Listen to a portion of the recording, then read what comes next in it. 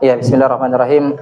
Assalamualaikum warahmatullahi wabarakatuh.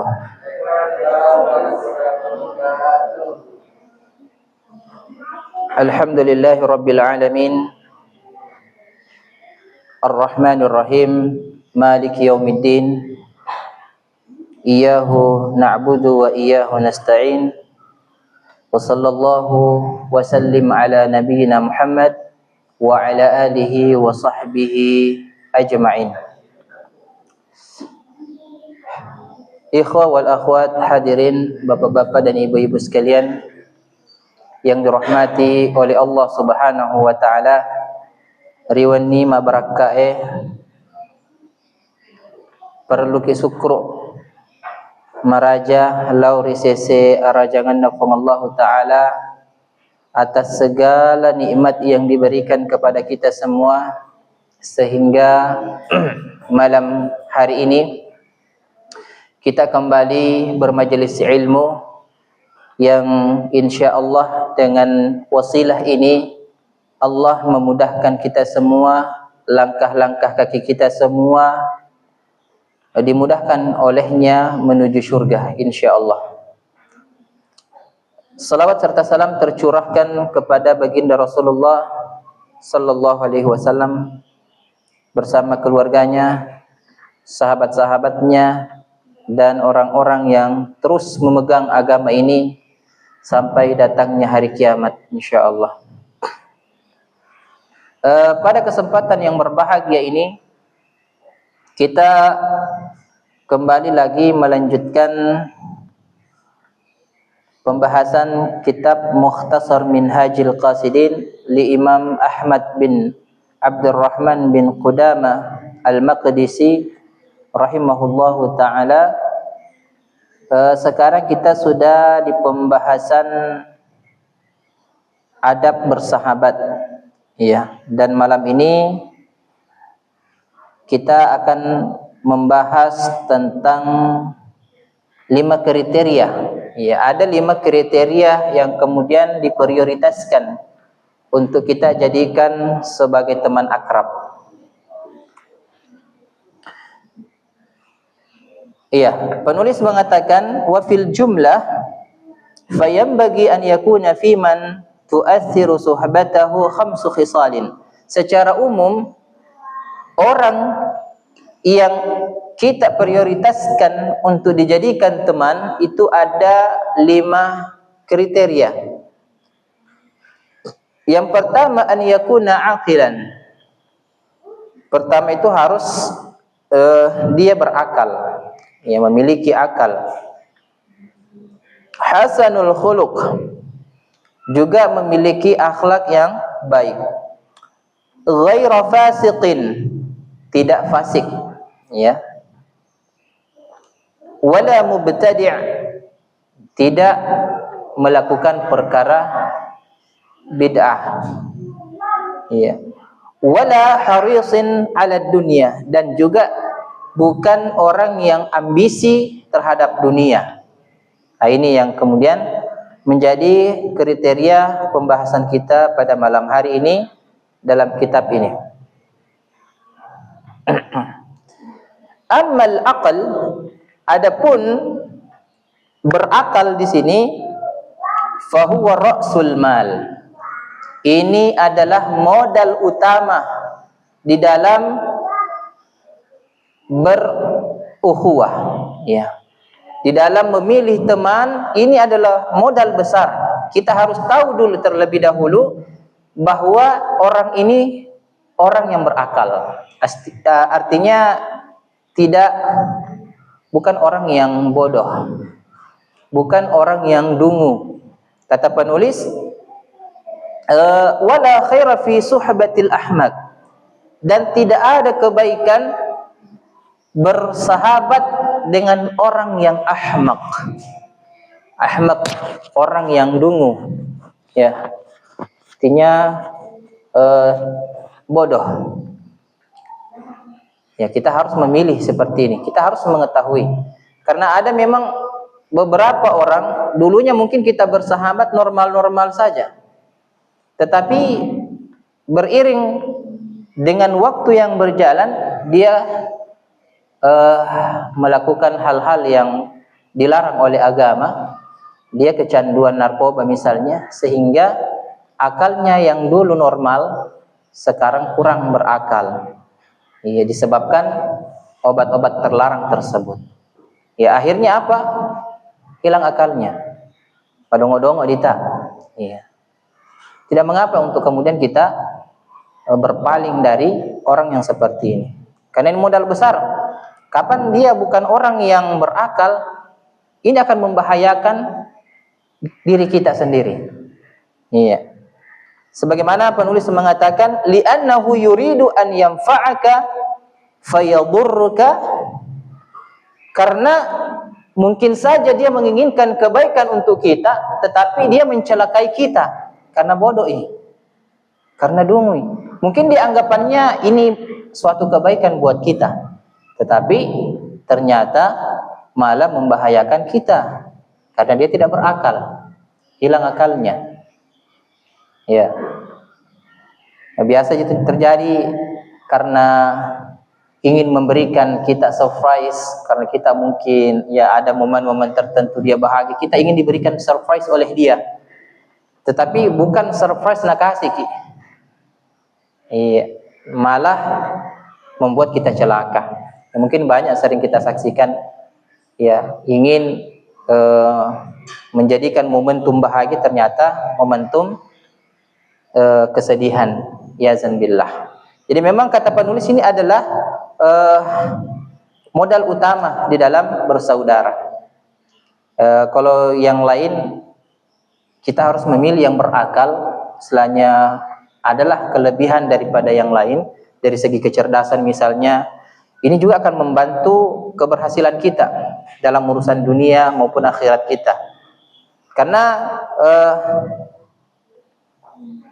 kalau kita tidak mendekat kepada orang yang memiliki akal atau memiliki kecerdasan misalnya, ya, kalau kita bersahabat dengan orang biasa-biasa saja, ya mungkin kita akan biasa-biasa saja. Tapi kalau orang yang memiliki kecerdasan, kita dekat sama dia, setidaknya kita juga bisa ikut-ikut sedikit. Ya, dan ini yang kemudian pernah kami alami semasa kuliah. Ya, beberapa mumtaz awal, mumtaz tsani, ya, yang peringkat 1 dan 2, memang kami sengaja dekati mereka supaya bisa mengikuti mereka sedikit, ya. Akhirnya dengan itulah kami bersahabat dengan mereka, mendekati mereka. Ya, banyak di yang lain, cuman saya lebih fokus sama dia. Akhirnya banyak hal yang terjadi kepada saya berupa kebaikan. Ya, hafalan saya bertambah, ya, hadis arba'in saya selesai.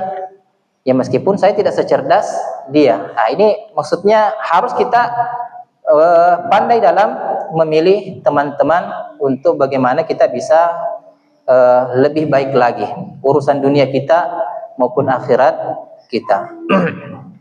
Kata penulis, wa na'ni bil aqil, yang kami maksud orang yang berakal di sini, alladzi yafhamul umur ala ma hiya alaih, yaitu mereka yang memahami segala sesuatu sesuai dengan kenyataannya. Ya, dia paham sesuai dengan kenyataannya. Wa amma imma binafsihi wa imma an yakuna bihaitsu idza ufhima fahima. Ya, entahkah dia memahaminya secara sendiri, ya, memahaminya dengan pemahaman sendiri, atau ketika dijelaskan tentang sesuatu dia paham. Ini kata penulis berakal seperti ini yang kemudian dianggap sebagai orang yang berakal. Dia memahami apa yang sesuai dengan kenyataannya. Misalnya baju dipakai di baju, ya, makan dengan tangan kanan, atau pisau digunakan untuk memotong benda-benda yang untuk membantu rumah tangga dan sebagainya, bukan untuk melukai diri, ya. Artinya dia memahami hal-hal yang seperti kenyataan yang selama ini kita memahaminya. Nah, kemudian wa amma husnul khuluq, adapun akhlak yang baik di sini kata penulis, fala budda minhu, harus itu. Kriteria yang kedua ini, kita harus memilih teman yang berakhlak mulia, akhlak yang baik. Harus, kata penulis ini. Idh rubba aqilin yaglibuhu ghadabun. Betapa banyak orang yang berakal, ya kita anggap dia teman, dia berakal, tetapi yaglibuhul ghadab, tetapi ternyata kemarahannya itu mendominasinya. Au syahwatun fayuti'u hawa, atau syahwatnya yang mendominasinya dan dia mengikuti hawa nafsunya.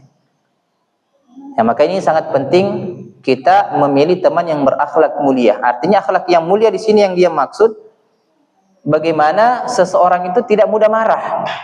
Jadi kalau orang suka marah itu bukan akhlak yang baik. Ya, akhlak yang baik juga kata penulis, dia tidak memperturutkan hawa nafsunya. Iya. Dan orang yang memperturutkan hawa nafsunya, syahwatnya, maka ini bukan akhlak yang baik. Ini kata penulis. Jadi harus bisa menahan amarahnya, bisa menahan syahwatnya. Nah, ini yang harus kita cari teman seperti ini. Ya, jadi nasihat buat kita, kalau kita memiliki karakter suka marah, ini ubah supaya kita bisa menjadi orang yang berakhlak, yang pantas untuk kemudian dijadikan sebagai teman akrab untuk orang-orang yang mencari keridhaan Allah Subhanahu wa taala. Dan banyak sekali keutamaannya yang kemudian memotivasi kita supaya bukan menjadi pribadi yang suka marah.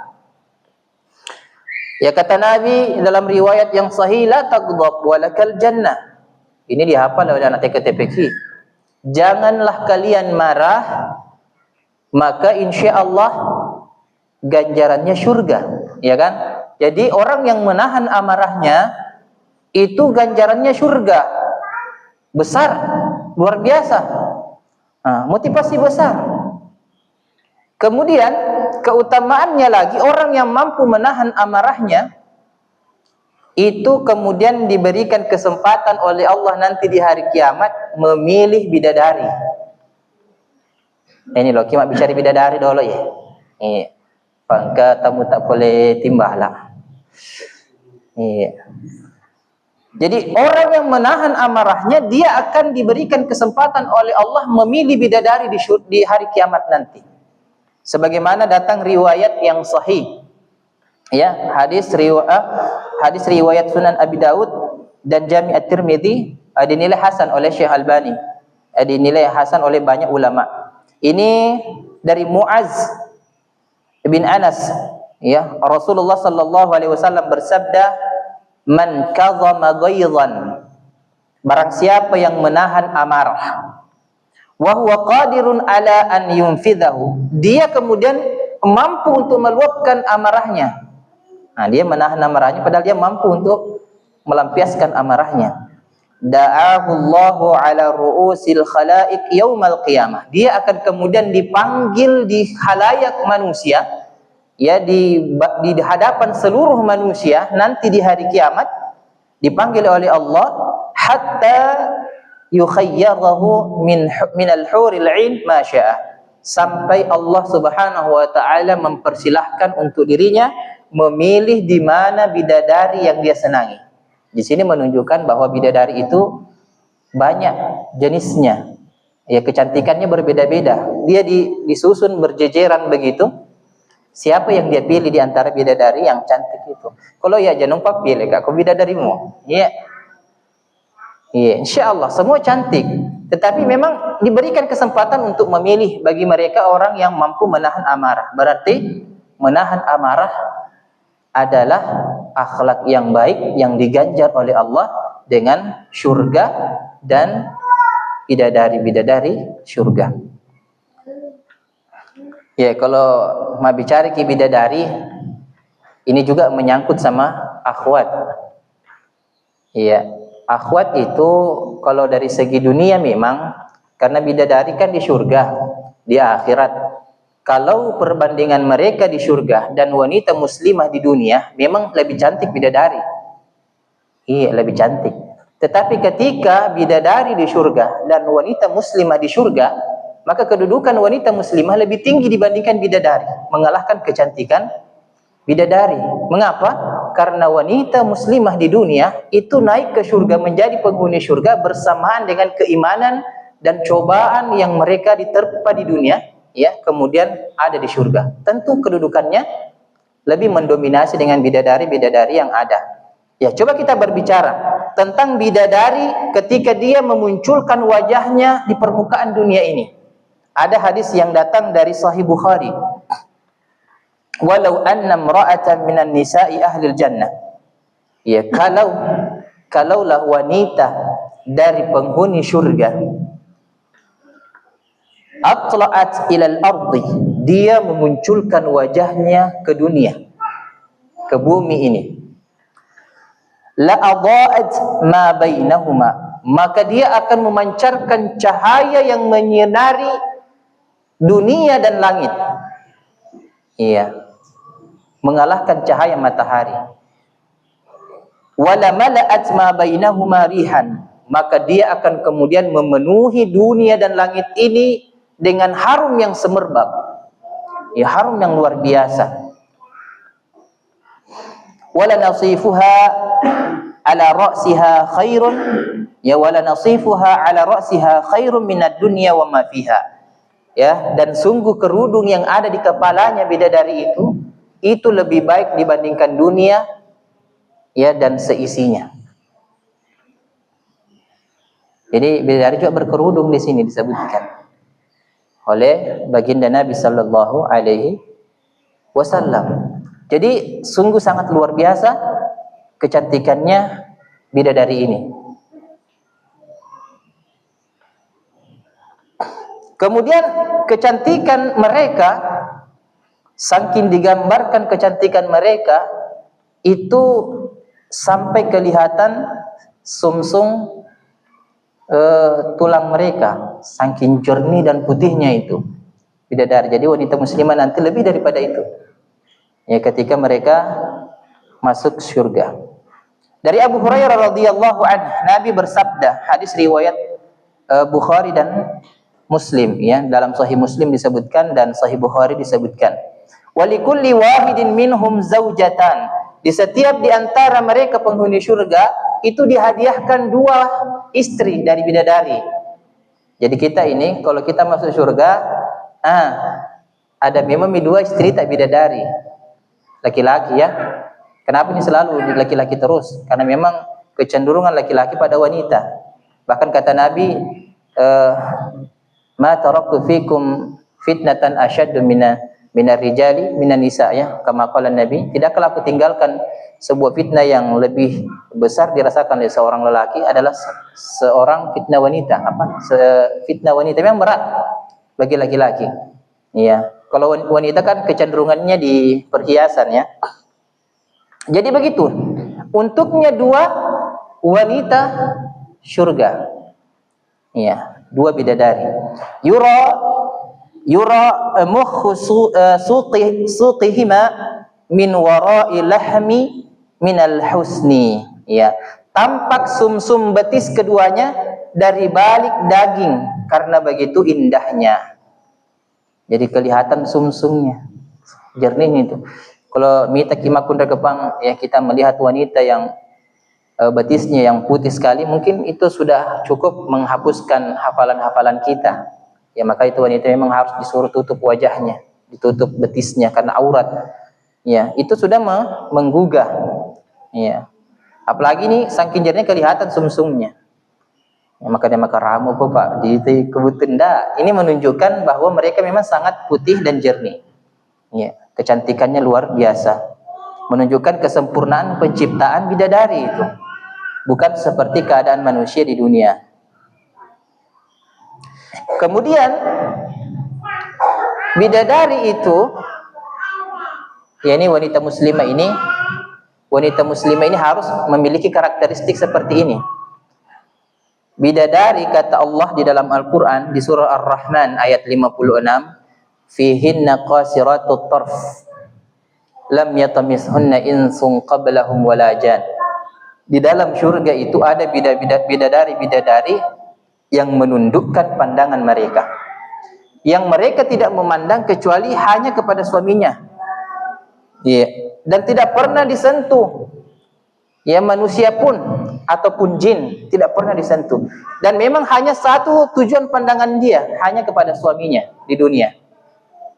Jadi tidak pernah menoleh ke lelaki yang lain. Maka nanti seburuk apapun wajah kita sekarang di dunia ini, tetap kita yang paling ganteng di hadapan istri kita di surga, karena memang tidak pernah memandang lelaki yang lain, hanya kita tok saja. Iya. Jadi seorang muslimah itu harus menundukkan pandangan hanya kepada suaminya lah yang kemudian dia pandang. Kalau kita sering menyaksikan film-film Korea misalnya, drakor, dracin, yang pemerannya yang begitu gagah, nanti kalau kita lihat suami kita, nah itu sudah pret, tidak ada bandingannya. Suami kita memang meloton nih, makojo nih, yang comok muka, alhamdulillah, tapi makonja.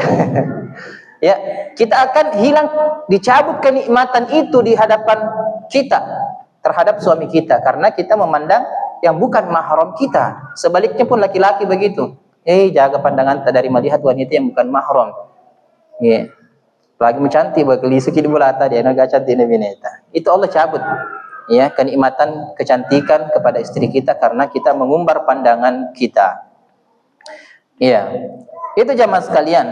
Jadi orang yang menahan amarah, keutamaan-keutamaan ini dia akan dapatkan insyaallah. Sudah dapat di surga ada bidadari. Ya, kemudian orang yang menahan amarah memang orang yang kuat.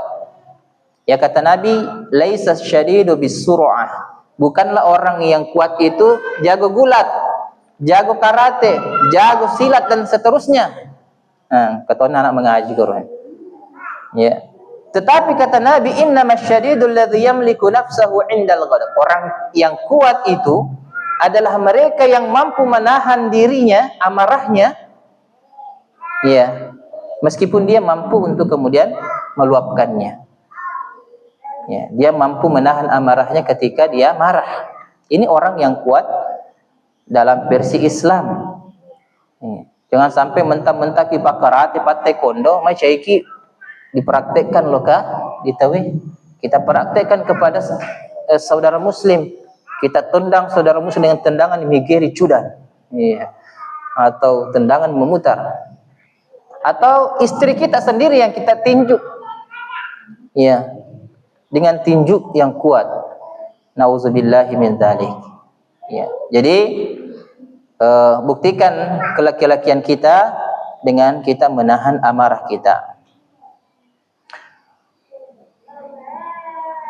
Orang yang menahan amarah, dia digolongkan juga sebagai orang yang bertakwa. Orang yang bertakwa kan di mana tempatnya? Tetap di surga. Artinya kembali ke situ, Ji. Tapi ini adalah dalil-dalil yang menunjukkan untuk menguatkan bahwa memang orang yang mampu menahan amarah itu orang penghuni surga, tergolong sebagai orang yang bertakwa. Kata Allah dalam Quran Ali Imran ayat 133 sampai 134. Allah mengatakan wasari'u ila magfiratin min rabbikum wa jannatin arduha as-samawati samawati wal ard uiddat lil muttaqin, dan bersegeralah kepada ampunan Tuhanmu dan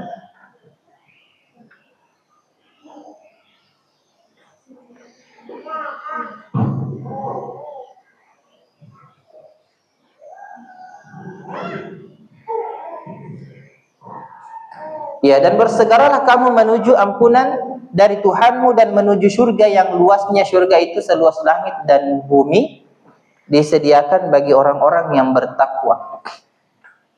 Siapa orang-orang yang bertakwa disebutkan di sini? Alladzina yunfikuna fis sarra'i wad dharra. Mereka yang kemudian menginfakkan hartanya dalam keadaan susah maupun lapang. Dalam keadaan lapang maupun susah, dia tetap bersedekah.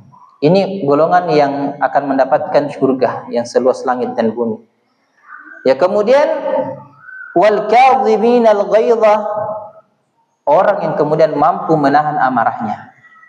Ya, wal afina 'anil nas, dan orang-orang yang memberi ampun kepada orang lain atau memberi maaf kepada manusia. Wallahu yuhibbul muhsinin, dan Allah menyukai orang-orang yang muhsin. Jadi orang yang menahan amarahnya, orang yang memaafkan orang lain, kesalahan orang lain, orang yang bersedekah, ya, bersedekah dalam keadaan lapang maupun susah, ini berada pada tingkatan ihsan, tingkatan ketiga dalam agama ini.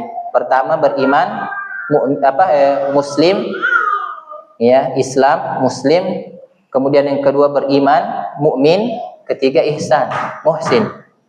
Iya, luar biasa. Ini jamaah sekalian yang dirahmati oleh Allah Subhanahu wa taala. Jadi akhlak yang baik ini yang kemudian harus dijadikan standar yang perlu untuk kita jadikan sebagai teman kita. Ya, dan kemudian tidak memperturutkan hawa nafsu. Iya. Orang seperti ini juga harus kita cari. Ya, wa amma man khafa maqama rabbih wa nahan nafsa 'anil hawa fa innal jannata hiyal ma'wa. Dan barang siapa yang kemudian takut dengan kemahabesaran Allah dan mencegah dirinya dari syahwatnya, hawa nafsunya, maka tempat kembalinya adalah syurga. Jadi kita prioritaskan. Jangan orang yang suka marah kemudian memperturutkan hawa nafsunya kita jadikan sebagai teman. Kata penulis di sini, fala khaira fi suhbatihi. Tidak ada kebaikan berteman dengan orang yang seperti itu. Ya, macam itu matu maja peruto. Ya, macam itu matu orang yang memperturutkan hawa nafsu. Maka perlu untuk mencari teman yang sangat penting, mencari teman yang memiliki akhlak yang baik. Insyaallah kalau kita berteman dengan orang yang memiliki akhlak yang baik, tenang ki. Ya, bahagia ki. Kemudian wa ammal fasid fa innahu la yakhafullah. Adapun fasik di sini yang kita jadikan kriteria teman agar bukan orang yang fasik. Fasik di sini maksudnya adalah mereka yang tidak takut kepada Allah Subhanahu wa taala. Jangan jadikan teman seperti ini. Cari teman yang kemudian rasa takutnya besar kepada Allah Subhanahu wa taala. Ya, wa man la yakhafullah ta'ala, barang siapa yang tidak takut kepada Allah, la tu'manu ghailatuhu wa la yuthaqu bihi. Maka kita ketika berteman dengan orang yang tidak takut kepada Allah, kita tidak akan tenang terhadap ghailatuhu wa la yuthaqu bihi, kejelekannya dan kejahatannya. Kita tidak akan tenang kalau kita bersahabat dengan orang-orang yang tidak takut kepada Allah Subhanahu wa ta'ala. Iya.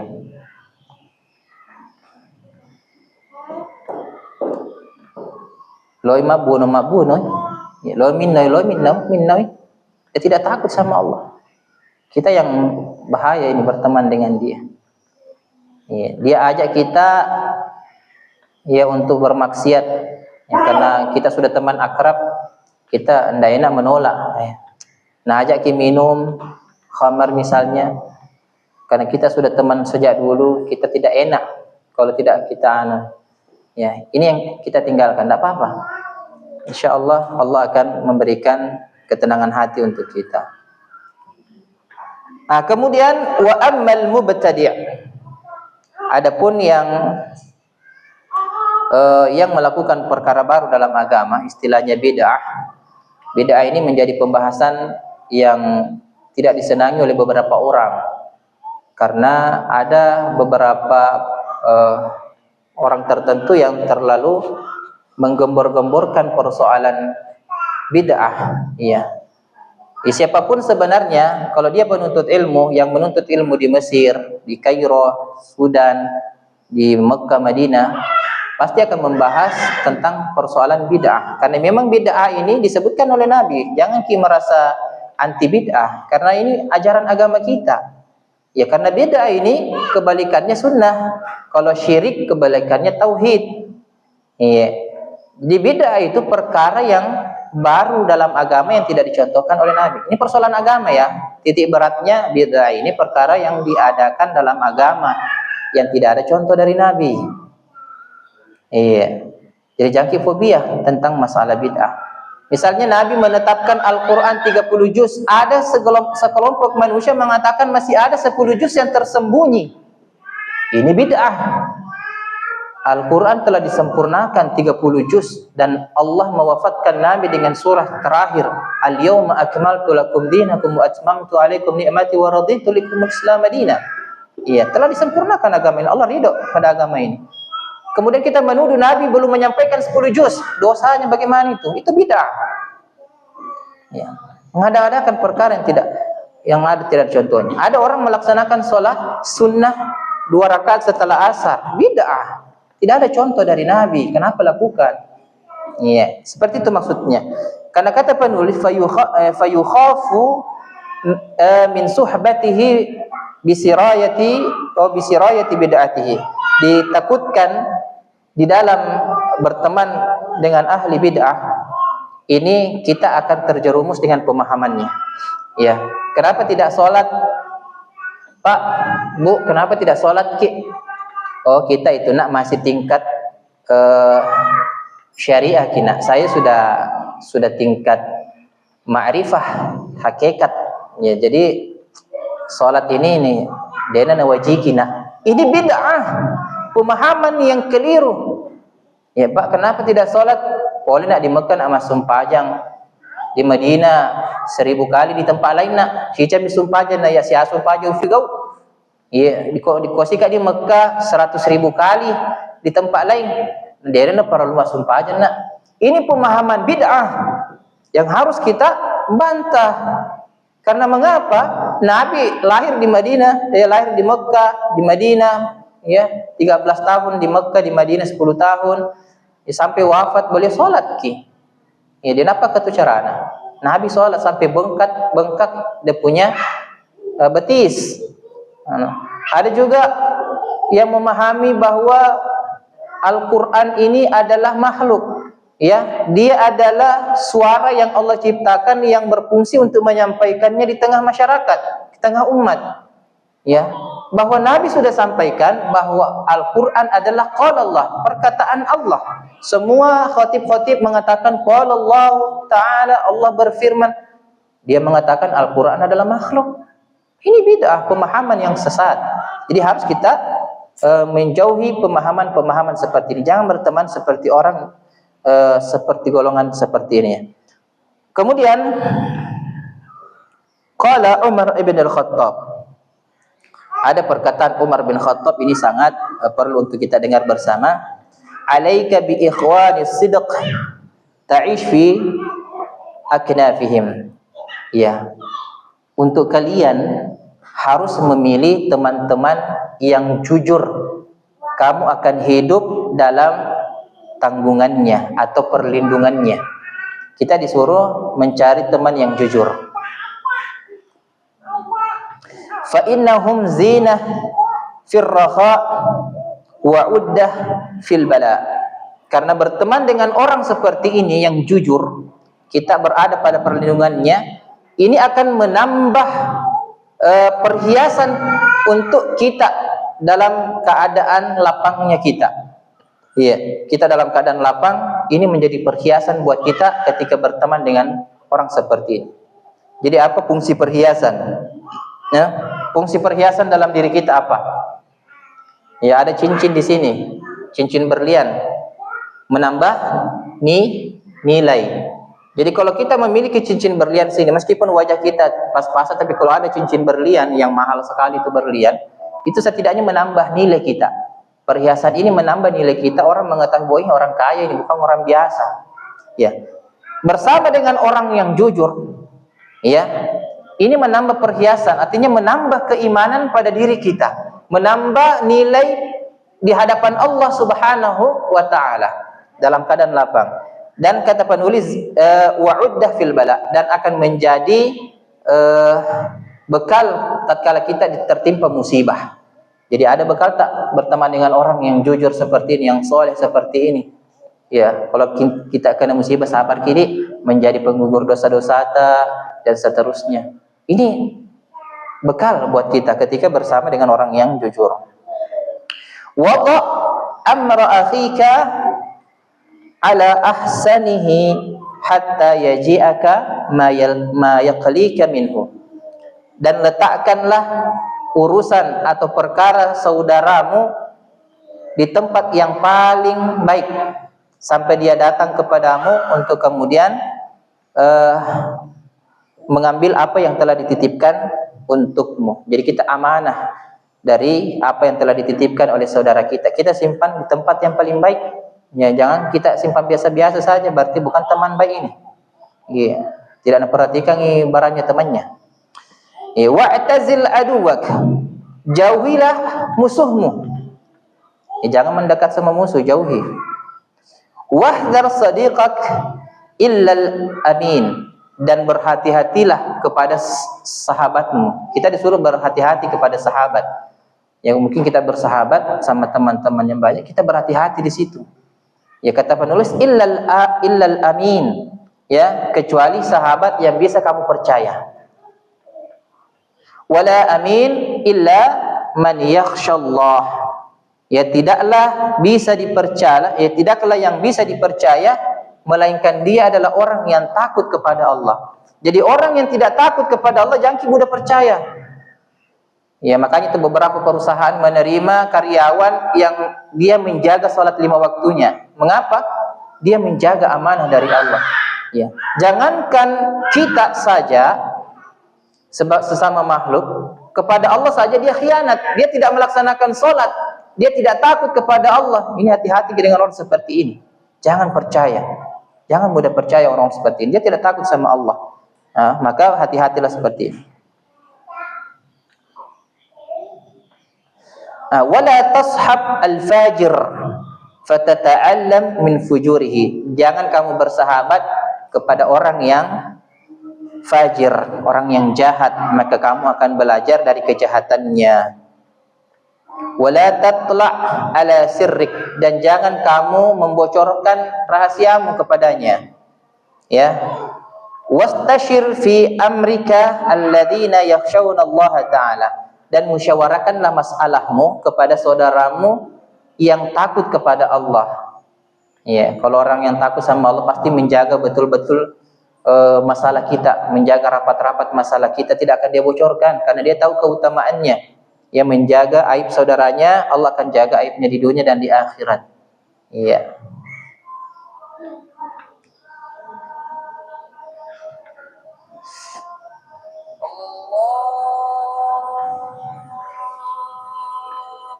Iya.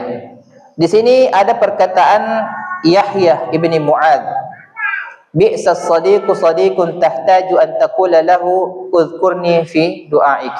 Sejelek-jelek teman, sahabat, kata beliau, adalah engkau perlu untuk mengucapkan kepadanya, sebutlah namaku di dalam doamu. Jadi teman yang baik itu tidak perlu untuk kemudian kita menyodorkan diri kita doakan karena ya, tetapi teman yang baik adalah mendoakan saudaranya dalam keadaan hening. Iya. Ya Allah, selamatkanlah saudara saya ini, ya Allah, berikan kemudahan. Ya. Ada saya sering berdoa untuk orang-orang tertentu yang saya anggap sebagai sahabat. Ya Allah, mudahkan rezekinya.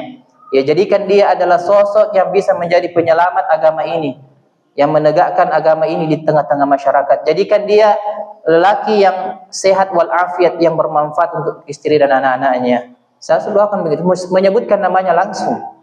Ya, karena memang saudara kita, ikhwan kita, seharusnya kita doakan dia dalam keadaan tersembunyi. Ya, doa itu yang mustajab, ya, doa yang tersembunyi. Dan kalau kita masih minta doakan, Kak, mungkin kita ini selama ini tidak pernah doakan saudara kita. Sibuk doakan diri kita masing-masing. Ya Allah, jadikan saya orang kaya yang terkaya di dunia ini. Ya, sehatkan saya terus. Tidak pernah doakan saudaranya. Ya. Ini seburuk-buruk teman, kata Yahya bin Mu'adz. Karena kita mau diminta tolong dulu, didoakan baru doakan saudaranya.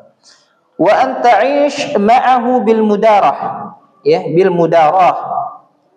Dan teman yang jelek di sini adalah teman yang engkau berteman dengannya penuh dengan basa-basi terus, bercanda terus, basa-basi, ya. Jelek teman seperti ini. Au tahtaju an ta'tadzir ilaihi, dan kamu menjelaskan kepadanya, meminta uzur. Ini juga teman yang tidak bagus. Ya, teman yang baik sebenarnya adalah ketika saudara kita tidak datang misalnya dalam sebuah pertemuan, ya karena ada sesuatu dan hal, kita berikan uzur, 1000 uzur kepada dia. Ya, jangan malah kita kemudian tidak senang, marah-marah kita ketika tidak datang nih. Ya, ini bukan teman yang baik. Ya, teman yang baik adalah memberikan 1000 uzur kepada saudara kita. Mungkin dia sakit, ada keluarganya yang sakit, atau kemudian ada hal-hal yang menghalangi dia sehingga tidak datang. Iya. Jadi dia datang, maaf Kak Di, tidak datang Kak ke siang. Minta maaf. Kasih Kak uzur Di karena tidak datang. Itu tidak bagus itu. Malah kita harus memberikan, oh enggak apa-apa Ji, insyaallah. Ya ada aja nanti itu waktu tayang lawang baru bisa sama-sama lagi. Masih ada nih. Kita selesaikan dulu ya. Wa dakhala jamaah 'ala al-Hasan. Ya, datang sekelompok manusia kepada Hasan, seorang ulama di masa beliau. Wa huwa naim, dalam keadaan dia tidur ini Hasan. Faja'ala ba'dhum ya'kulu min fakihati fil bait. Di antara kelompok manusia itu ada yang kemudian langsung memakan buah-buahan di dalam rumahnya Hasan ini. Faqala rahimakallah, hadza wallahi fa'ala al-ikhwan. Ya, semoga Allah merahmati kalian. Ya, dan ini hanya orang yang benar-benar berikhwan, bersaudara lah yang melakukan ini. Jadi dia senang orang makan di rumahnya, karena dia menganggap, oh ini ikhwanku ini, karena kesini terus muka diboleh. Iya, tidak sungkan jika temanku memang ini. Dia senang kalau ada yang memakan makanannya. Ya. Qala Abu Ja'far di ashabihi, ada seorang ulama juga Abu Ja'far disebutkan dalam sini, kepada sahabatnya, ayadkhulu ahadukum yadahu fi kammi aw fi kummi akhihi fayakhudh minhu ma yurid. Ya, adakah seseorang di antara kalian yang memasukkan tangannya ke dalam kantong baju temannya dan kemudian mengambil dari bajunya itu sesuatu yang dia inginkan? Ada yang mengatakan, la, tidak pernah ada kami seperti itu. Falastum bi ikhwan kama taz'amun. Kalian belum bersaudara sebagaimana kalian anggap. Jadi kalau orang bersaudara betul-betul akrab sekali, apa yang dimiliki saudaranya dia ada miliki. Iya. Belum ada seperti itu katanya, suka bunga-bunga ya. Dan terakhir, wa yurwa anna Fathan Mausili jaa ila sadiqi lahu yaqulu lahu Isa at-Tammar. Ya, ini Fathan Al-Mausili, dia datang kepada saudaranya. Yuqalu lahu Isa at-Tammar. Ini namanya Isa at-Tammar, ya. Falam yajidhu fil manzil. Dia tidak mendapati Fathan ini di dalam rumahnya. Faqala lil khadimah, dia berkata kepada pembantunya Fathan ini, akhriji li kai akhi, keluarkan untukku dompetnya saudaraku. Iya, fa akhrajathu, ini pembantunya ini, budaknya ini, dia mengeluarkan dompetnya. Fa akhadha minhu dirhamain, dia mengambil 2 dirham. Wa jaa Isa ila manzilihi, ya, datang Isa ke rumahnya. Fa akhbarathu al-jariyah bidzalika. Ini budaknya dia kabarkan kepada Isa, yang pemilik rumah ya tadi. Ya, dia mengatakan